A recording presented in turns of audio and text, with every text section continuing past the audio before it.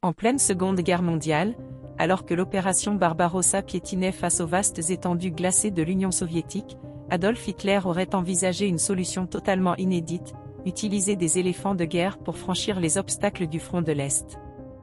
Inspiré par Hannibal, le célèbre général carthaginois qui avait traversé les Alpes avec ses pachydermes pour attaquer Rome durant la Deuxième Guerre punique, le Führer voyait dans cette idée une opportunité de frapper les Soviétiques avec une arme psychologique et logistique inattendue. Parmi les nombreuses figures historiques qu'Hitler admirait, Hannibal occupait une place de choix.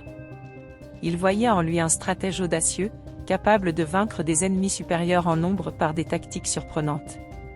Son célèbre passage des Alpes en 218 avant Jésus-Christ lui paraissait un exploit comparable à la traversée des vastes plaines russes. Lors de discussions avec son état-major en 1941, il aurait déclaré « Hannibal a terrifié Rome avec ses éléphants. Pourquoi ne pourrions-nous pas faire de même avec la Russie, notamment dans le Caucase ?» Cette idée, qui semblait délirante à certains officiers de la Wehrmacht, principalement par Guderian et von Manstein, trouva pourtant un écho favorable auprès de Heinrich Himmler, qui voyait dans l'utilisation d'animaux de guerre une opportunité de renouer avec une tradition militaire ancestrale. L'idée fut rapidement soumise à la SS et à la Wehrmacht pour une étude de faisabilité. En 1942, un plan fut élaboré sous le nom de Code Opération Hannibal.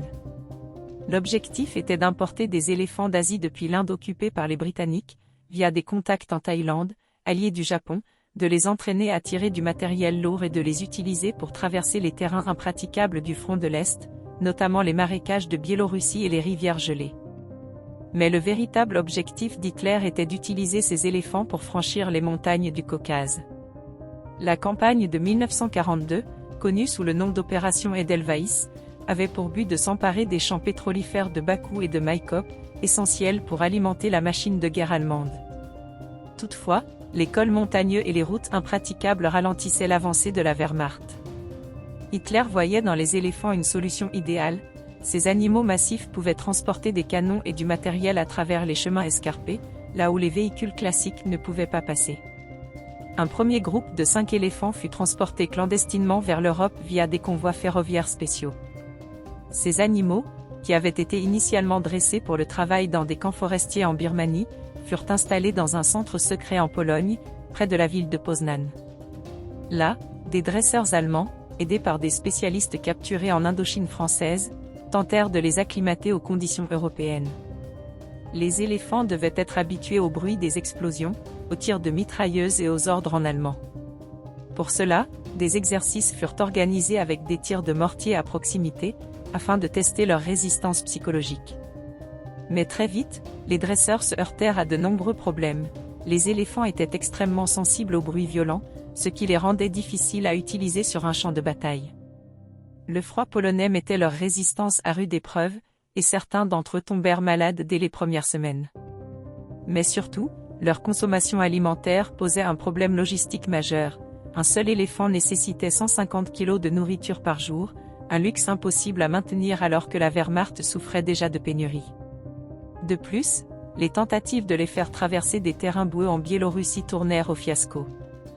Les pachydermes s'embourbaient rapidement et refusaient d'avancer sous la menace des fouets. Lorsqu'en 1943, l'offensive allemande dans le Caucase échoua et que la Wehrmacht dut reculer face à la contre-offensive soviétique, le projet Opération Hannibal fut officiellement abandonné.